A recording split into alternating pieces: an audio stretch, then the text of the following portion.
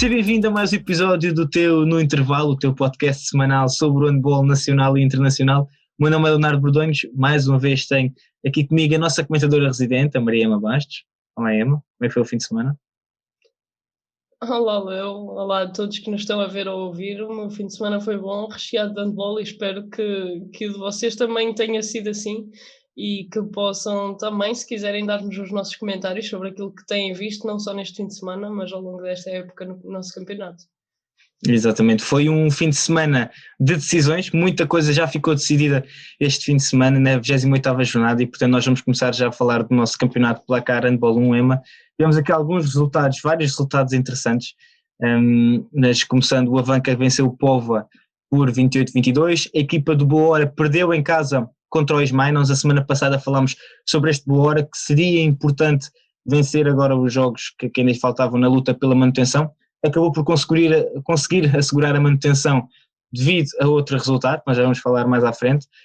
O Madeira SAD venceu o ABC por 29-25 e depois a São Joanense perdeu casa contra o Gaia por 28-25. E, portanto, este resultado, nós já a semana passada dissemos que ia ser decisivo para as duas equipas, seria no fundo quem vencesse estaria muito mais perto da manutenção. Claro que o Gaia sem vantagem por ter vantagem pontual.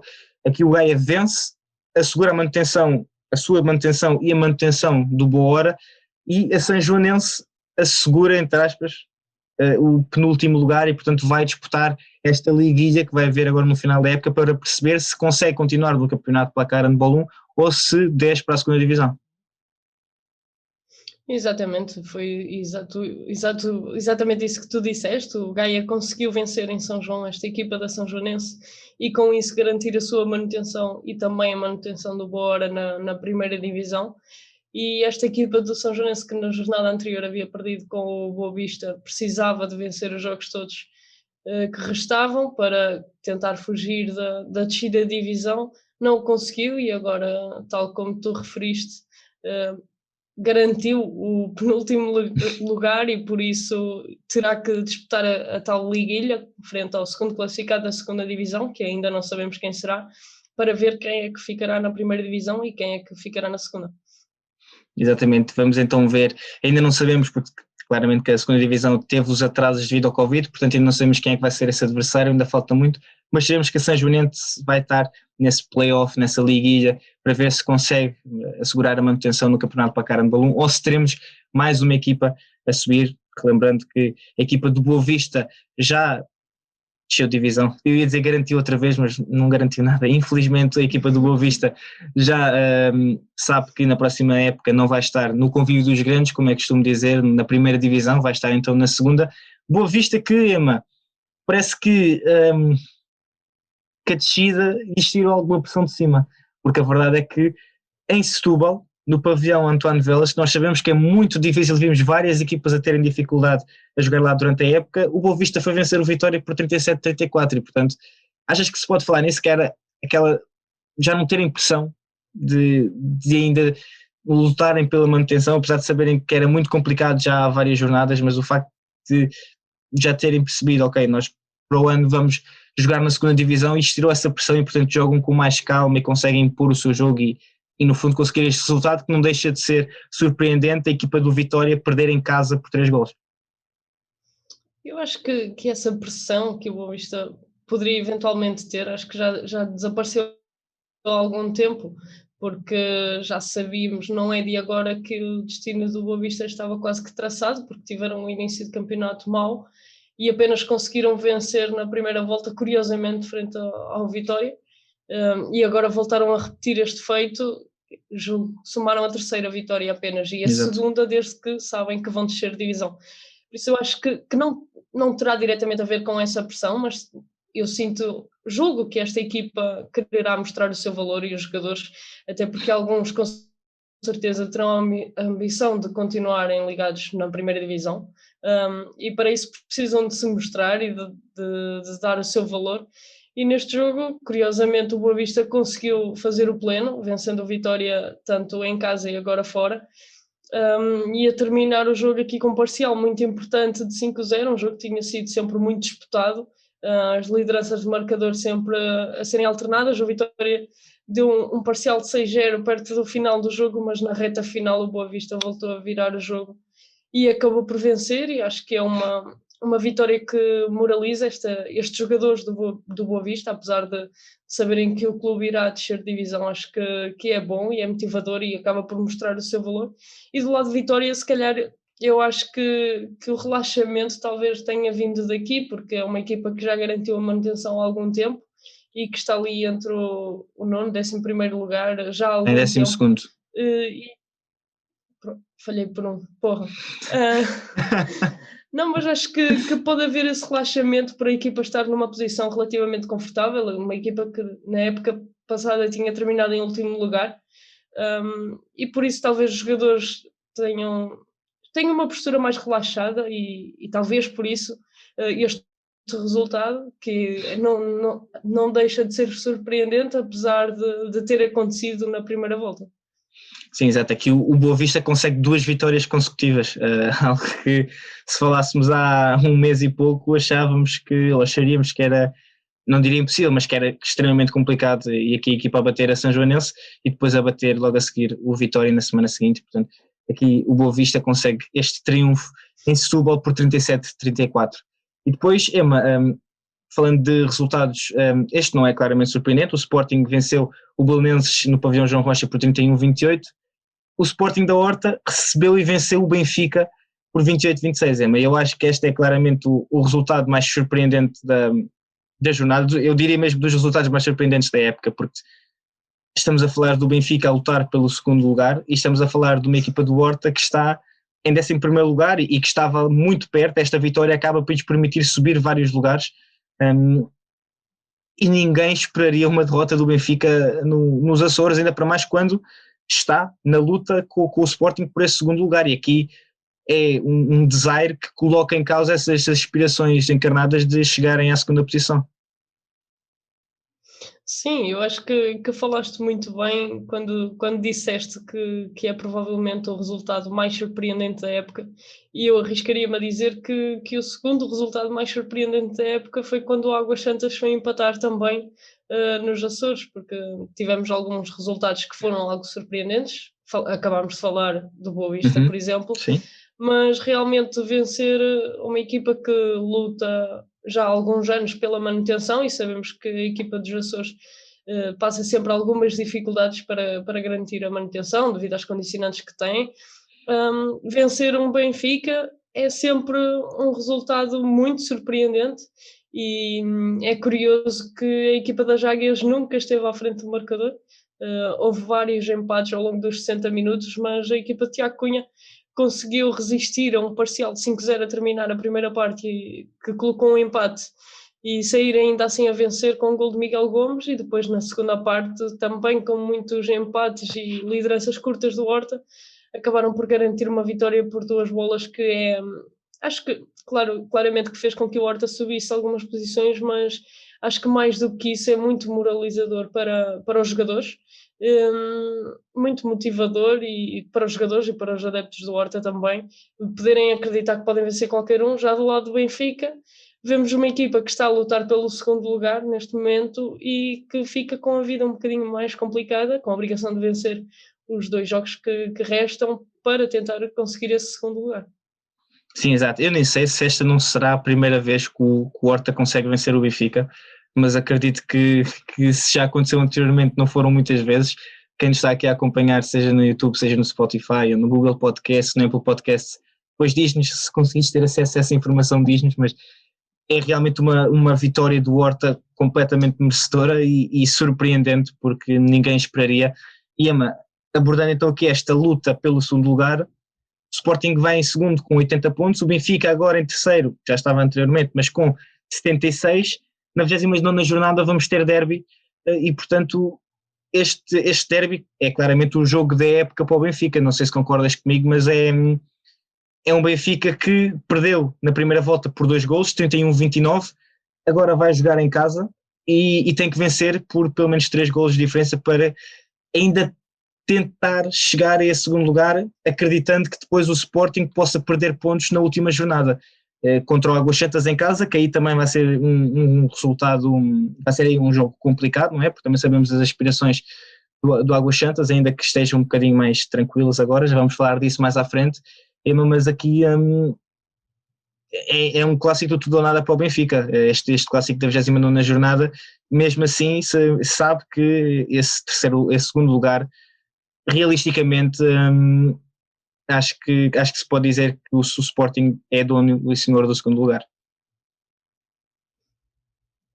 Se calhar vamos referir como fizemos quanto ao Porto, acho que o Sporting Sim. está com uma mão e meia neste segundo lugar, porque realmente este deslize do Benfica colocou em causa as aspirações que o clube tem para atingir esse segundo lugar. Sabemos que vai ser muito complicado, mas se vencerem o Sporting agora na próxima jornada, será possível, mas não dependem só de si, e não depender só de si é sempre um bocadinho mau no desporto, e acho que o Sporting está com tudo para assegurar este segundo lugar e quem sabe ser já neste próximo derby. Sim, e aqui a questão, eu diria isto claramente, o Sporting ainda pode, o Benfica ainda pode chegar ao segundo lugar, mas, e aqui passamos para este último jogo, o jogo do título, a 28ª jornada e a 28ª vitória do Porto, que venceu em casa no Dragão Arena o Águas Santas por 35-32, e portanto, Emma, já temos campeão, já andávamos aqui há algumas semanas a não dar este título ao Porto, mas a verdade é que o Porto é campeão, claramente é um justo campeão, Emma. E eu vi isto no Twitter e queria saber a tua opinião, porque eu achei interessante, e quando olhamos realmente para o registro é comparável. O Tigas colocou no Twitter que este Porto era, na opinião dele, a segunda melhor equipa da Península Ibérica a seguir a Barcelona. Claro, eu acho que isso é inegável, que o Barcelona é a melhor equipa da Península Ibérica, não, estamos a falar de um nível ainda mais elevado, não é? Mas é um Porto que não perde há mais de 60 jogos. É absurdo. Sim, é completamente absurdo, mas é real, e realmente o Porto está, como nós referimos várias vezes, um nível acima das restantes equipas, mesmo dos grandes, em Portugal, e isso está claro, não só por esses 60 jogos sem perder, mas pelas 28 vitórias claras deste campeonato. Só me consigo lembrar de um jogo em que o Porto, dois jogos talvez, retirando os grandes, em que o Porto teve que suar muito O Avanca e o Vitória. E o Vitória, exatamente. Exato. Em que o Porto teve que dar o melhor de si para vencer. E mesmo lembro-me de jogos, por exemplo, mais recente, contra o Belenenses, que é o 5º classificado, em que o Porto marcou mais de 40 golos e ganhou por uma margem bastante grande. Contra o Madeira aconteceu exatamente a mesma coisa. E é claro que a diferença entre o Porto e as restantes equipas portuguesas existe, e está a um nível acima, por isso é que disputa a Liga dos Campeões e chegou pelo segundo ano consecutivo aos oitavos final da prova. E estará muito perto, quero eu acreditar, de chegar mais longe. Agora, fazendo essa comparação direta para o Barcelona, acho que é um bocado complicado, mas existe claramente em Espanha a diferença clara entre o Barcelona e as outras equipas. Eu não sei precisar há quantos anos seguidos, 17, 18 anos seguidos que o Barcelona é campeão. Não, acho que não são, assim, acho que não são tantos anos consecutivos. Eu acho que não são 17 ou 18, eu acho que são uma década, deve ser, mas acho que não são 17, 18, 17, 18 parece muito. Mas então, a questão é, sem derrotas é quase anual. Eu penso que eles tiveram uma derrota para há 2 ou 3 anos, mas foi uma. Que foi uma festa, acho que foi com o Granollers. Agora já não me recordo. Não tínhamos lá um português. Eu acho que nós tínhamos um português a jogar na equipa. Não foi o Jorge Silva que jogava nessa equipa? Eu acho que foi o Jorge Silva que jogava nessa equipa. Sinto que. Eu também não me lembro, mas foi. Mas eu lembro. Era chocante. Porque... Exatamente. E mesmo quando não são derrotas. Quando não são derrotas, empates, mesmo que nos lembremos, eu não me lembro de um empate do Barcelona. Sim, em competições internas. Sim, não existe. E a questão que tu tocas eu acho que é verdadeiramente isso. o Porto é campeão, e não é só a questão do ser campeão sem derrotas até agora. O Porto ainda vai jogar mais 2 jogos, não é? Portanto, ainda existe essa possibilidade do Porto perder pontos, apesar de sabermos que é muito pouco improvável, mas ainda existe essa possibilidade. Eu acho que aqui a grande questão é a margem. É a margem, portanto, o Porto tem uma diferença de golos que é o dobro da diferença de golos, ou quase o dobro da diferença de golos de Sporting ou Benfica, que é absolutamente, mais uma vez, ridículo e mostra claramente a diferença que existe, porque e também eu acho que é algo interessante, e se calhar vamos analisar mais à frente no outro episódio, ver também agora a forma como o Porto vai conseguir lidar, porque sabemos que claramente perder Miguel Martins e perder André Gomes também são duas perdas de peso, não é? Mas de forma semelhante àquilo que nós vemos também no Barcelona, jogadores entram, saem, mas existe um núcleo duro que se mantém. E esse núcleo duro é aquilo que depois muitas vezes permite, e nos momentos de apertos é esse núcleo duro que se destaca. Eu acho que é isso que também nós vemos neste Porto, que todos os anos que tendem a haver 1, 2 ou 3 mexidas, jogadores que vêm, mas existe um núcleo duro muito forte que permite ao Porto abordar todas as épocas sabendo da sua qualidade. E neste momento é um Porto, como tu dizes, com ambição europeia, com dimensão europeia, o Alborg que chega à Final Four da Liga dos Campeões, o Alborg que se viu grego para bater este Porto e que podia muito bem ter sido eliminado.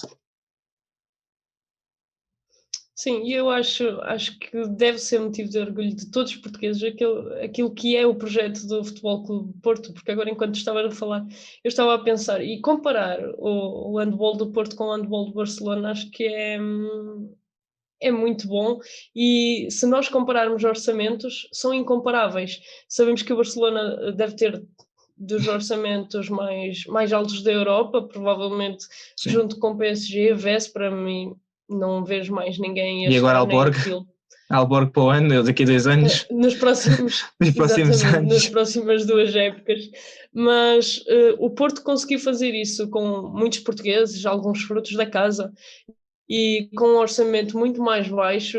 Eu não sei, mas na Liga dos Campeões o Porto deve ser das equipas com um orçamento mais baixo, e acho que isso é de salientar, não achas?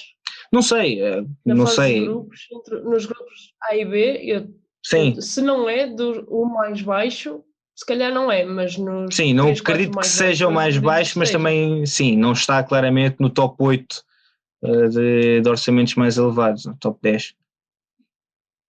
Sim, e o orçamento acaba por não ser compatível com a qualidade que o plantel tem, por isso acho que o Porto está a fazer um excelente trabalho, não só para o clube, mas principalmente para o handball português, e por isso nós devemos estar orgulhosos, e seria bom que mais clubes portugueses conseguissem trabalhar assim e ter esse sucesso para que o nosso handball continue a crescer.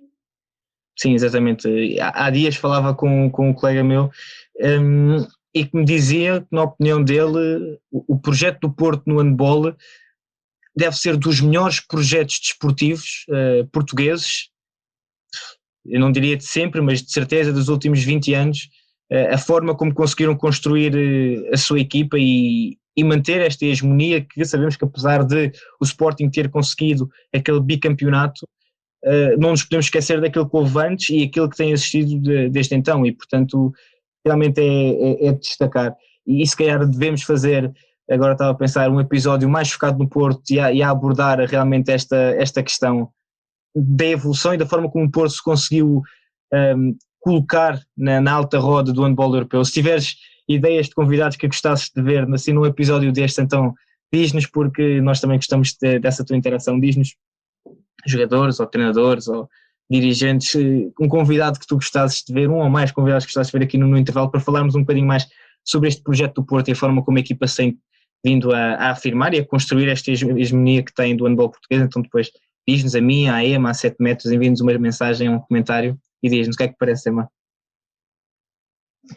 Parece-me muito bem. Deixa-me só acrescentar aqui uma coisinha, que agora que estávamos a falar em projetos desportivos, acho que é importante falar disso também, e já vais dizer que eu estou a falar disso só por ser do Nantes, mas tudo bem.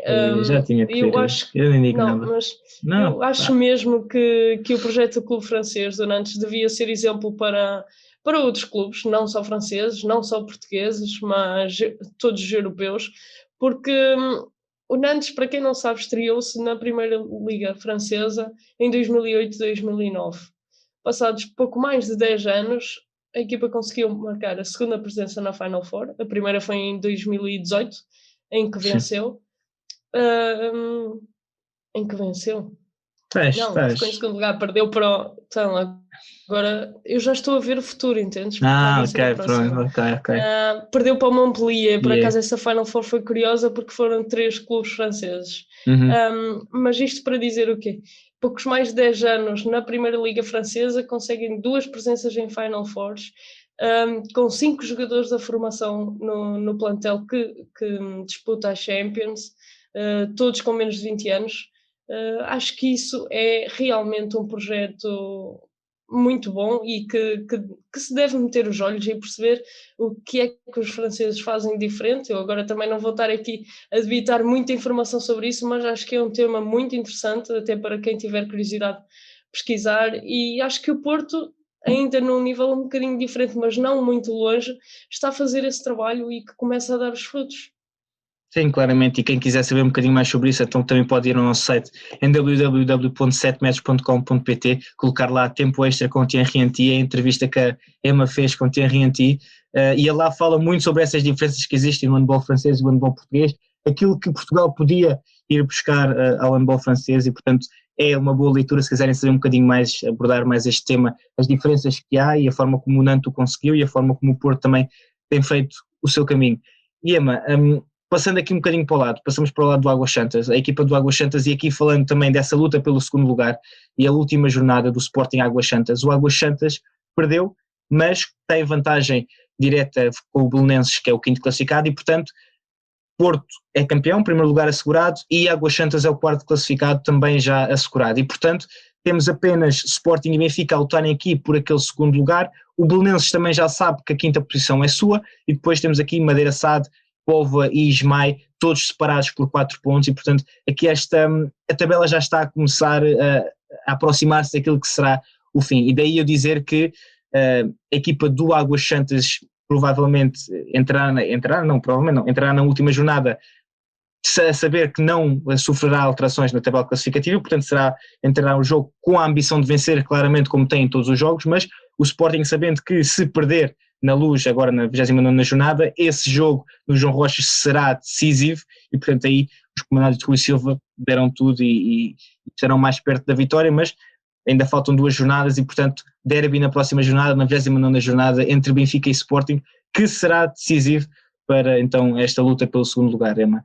E falamos de campeonatos em Portugal, também temos que falar da primeira divisão feminina, aqui o Madeira Sade que venceu o Benfica, a equipa do Madeira Sade conseguiu igualar o Alavário no topo da classificação, ambas as equipas têm 62 pontos, o Benfica segue em terceiro com 60 pontos, mas na próxima jornada já vamos ter aqui um Madeira Sade, Alavário e um Love Tiles, e portanto também aqui um clássico, não deixa de ser um clássico, né? Um clássico decisivo e que pode colocar ou uma ou as duas equipas, ou quem sabe até o Benfica, mais perto do possível título.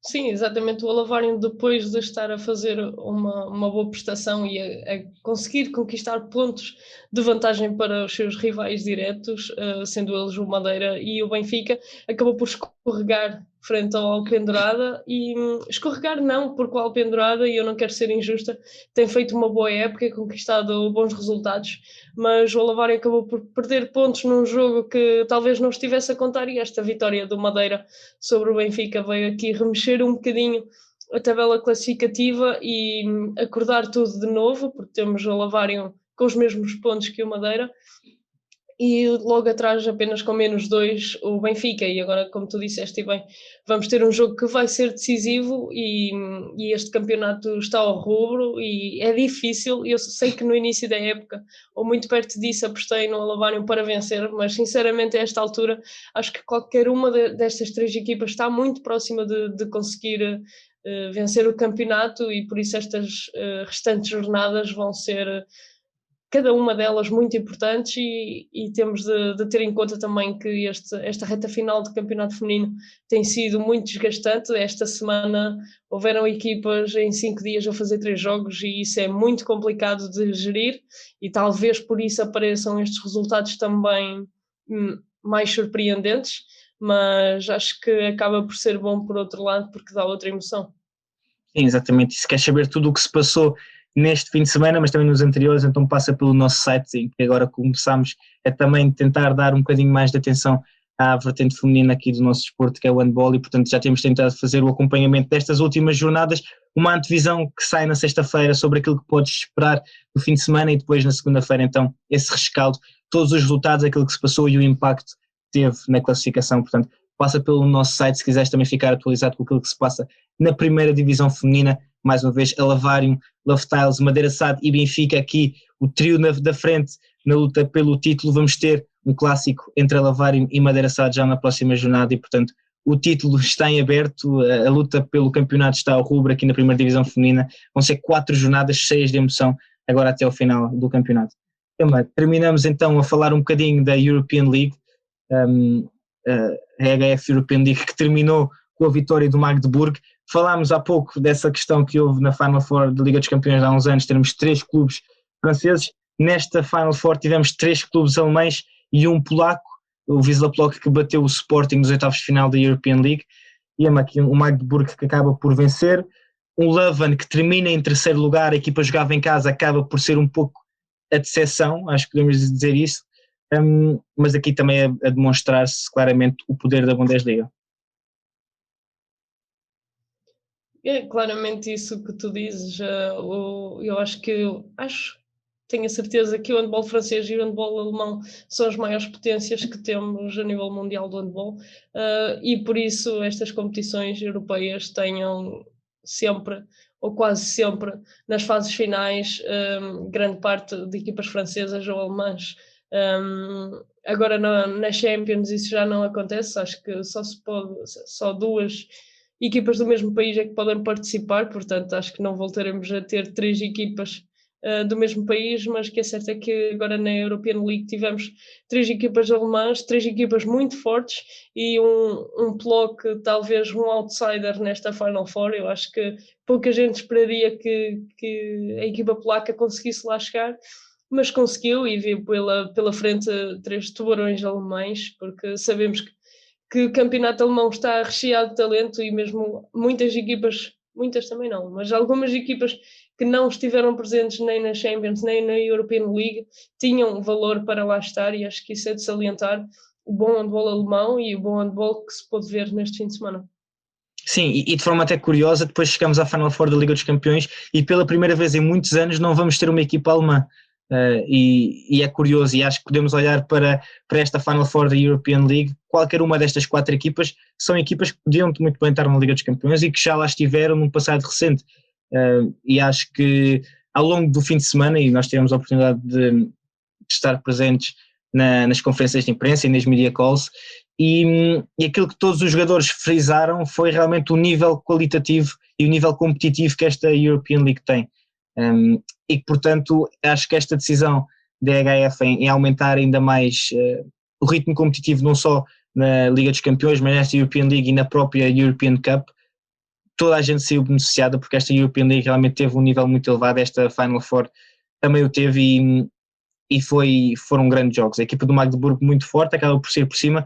A equipa do Fuchsia foi interessante, porque durante todo o fim de semana sempre tivemos a oportunidade de falar com os jogadores do Fuchsia, frisaram sempre a questão da consistência, e uma questão que eu achei espetacular, acho que ainda não tinha falado disto contigo, foi depois no final do jogo, depois da final ter terminado, na flash interview a falar com o jogador do Magdeburg, e ele a destacar, na altura perguntei então qual é que tinha sido a chave para eles terem conseguido manter a consistência, e a resposta dele foi: sabíamos que tínhamos mais de 3 horas de descanso do que a equipa do Fuchsia, e portanto decidimos, a primeira coisa que fizemos foi ir comer qualquer coisa, relaxar, ver vídeo, preparar-nos, porque queríamos estar na melhor forma para este jogo do Fuchsia de Berlim. E achei isso espetacular, a forma, a mentalidade de mal acabou a meia final, ok, final, temos já que nos focar, temos que nos preparar, com menos de 24 horas de descanso entre os jogos. Achei espetacular, e realmente o Magdeburg acaba por ser um vencedor, claramente com todo o mérito, e esta foi mais uma Final Four que nós também tentámos levar a ti, e para a semana, Emma, vamos ter mais uma Final Four. Portanto, isto agora são só Final Fours, é da próxima semana, Final Four da Liga dos Campeões Feminina. Exatamente, e também já no fim de semana seguinte teremos a Final Four da Taça de Portugal, Lidl Final Four Taça de Portugal, assim é E que entre é. essas Final E Fours vamos ter a seleção feminina. Que também não é Final Four, mas é quase como se fosse Final Four. É liguilha. E entretanto também devemos ter a Final Four da Liga dos Campeões, que eu agora já não sei, da masculina, porque eu agora já não sei as datas de cor, mas isto é tudo seguido. Eu acho que é depois. E entretanto, pelo meio ainda vamos ter as duas mãos da final da European Cup. Da Cup. Portanto, isto vai ser agora, é assim, se tu escolheste uma altura perfeita para começares a acompanhar no intervalo e começares a seguir a 7 metros, porque estamos a entrar na fase de todas as decisões e agora parece que todos os dias temos um troféu em disputa. Portanto, se queres manter-te atualizado com tudo o que se vai passando, seja em Portugal, seja lá fora na Europa, então segue-nos na 7 metros, seja no Twitter, no Facebook, no Instagram, no TikTok, no YouTube, no Spotify, no Google Podcast, no Apple Podcast, ou então no site em www.7metros.com.pt. Mas já sabes então aí quando é que vai ser a Final Four da Liga dos Campeões masculina? Sim, 12 e 13, não falta muito, é seguido. É seguido. Agora temos a Final Four da Champions feminina, fim de semana seguinte Taça de Portugal, fim de semana seguinte Liga dos Campeões, onde temos 2 portugueses, Luís Frade com o Barcelona e Alexandre Cavalcanti com o Nantes. Eu acho que é desta que nós vamos ter um Tuga campeão europeu, estou a sentir. Tem de ser. Estou a sentir. 50-50, temos 2 equipas com portugueses. Exato. Portanto, vamos eu nem vou dizer mais nada que é para não guardar nada, mas vamos ver então. Sim, é melhor. Emma, queres deixar então aqui uma mensagem a quem nos está a ver ou a ouvir? Claro que sim, continuar a agradecer todo o apoio que nos têm dado e por nos estarem a acompanhar. Deixem-nos feedback sobre se gostam do nosso conteúdo que estamos a fazer mais recente sobre o handball feminino, também sobre a Final Four da European League, que o nosso amigo Leonardo Verdonhos acompanhou com tudo e para vos trazer conteúdo exclusivo. Eu acho que nós, handballistas ou amantes desta modalidade, só ganhamos com isto e é bom termos estas partilhas não só de conhecimento, mas também de sugestões e opiniões, que nós fazemos isto para vocês e por isso é sempre bom saber aquilo que vocês acham. Sim, exato. Agora aí, por acaso recebi um feedback, eu espero que ele não se chateie, o J. Souza, que nos me enviou uma mensagem para fazermos então o tal episódio sobre as transferências e portanto está prometido que nós vamos fazer o episódio sobre as transferências. Há aí muita coisa no mercado e, portanto, vamos fazer mais à frente um episódio a falar sobre todas as transferências, mas terá que ser então agora no final da temporada, porque tal como tu já ouviste, vamos ter aí 3 fins de semana completamente cheios. E sim, agradecer a todos os que nos têm acompanhado e continuam a acompanhar na 7 metros. Meio, acho que concordas comigo, não é? Ver a evolução e perceber quando estamos então numa flash interview ou numa conferência de imprensa da European League e ver que somos os únicos órgãos de comunicação, que nós não somos, mas pronto, a estar presentes do ponto de vista internacional. E quem está aqui a acompanhar não sabe, mas nas conferências de imprensa e nas media calls da EHF European League, para além dos meios de comunicação alemães, nós éramos os únicos internacionais que estavam lá a fazer perguntas e a inquirir os jogadores e os treinadores e, portanto, realmente demonstra e agradecemos então porque isto só é possível graças também a ti, ao teu apoio, ao apoio que nos tens dado, o seguir, o retweetar, o meter gosto, partilhar. É por isso é que nós pedimos sempre o feedback e pedimos que partilhes, porque é assim que nós conseguimos continuar a chegar lá fora e conseguir marcar presença nestas Final Fours, European Leagues, Ligas dos Campeões, europeus, mundiais, Jogos Olímpicos, quem sabe. Portanto, é tudo graças a ti e este projeto da 7 metros também é um bocadinho teu. Portanto, obrigado a todos que nos têm acompanhado. Esperemos que tenhas gostado deste episódio do Intervalo, em que falámos sobre o Campeonato Placar Handball 1, a primeira divisão feminina e também as competições europeias, com a Maria Mabasto. O meu nome é Leonardo Bordões. Não percas o próximo episódio, porque nós também não. Até à próxima.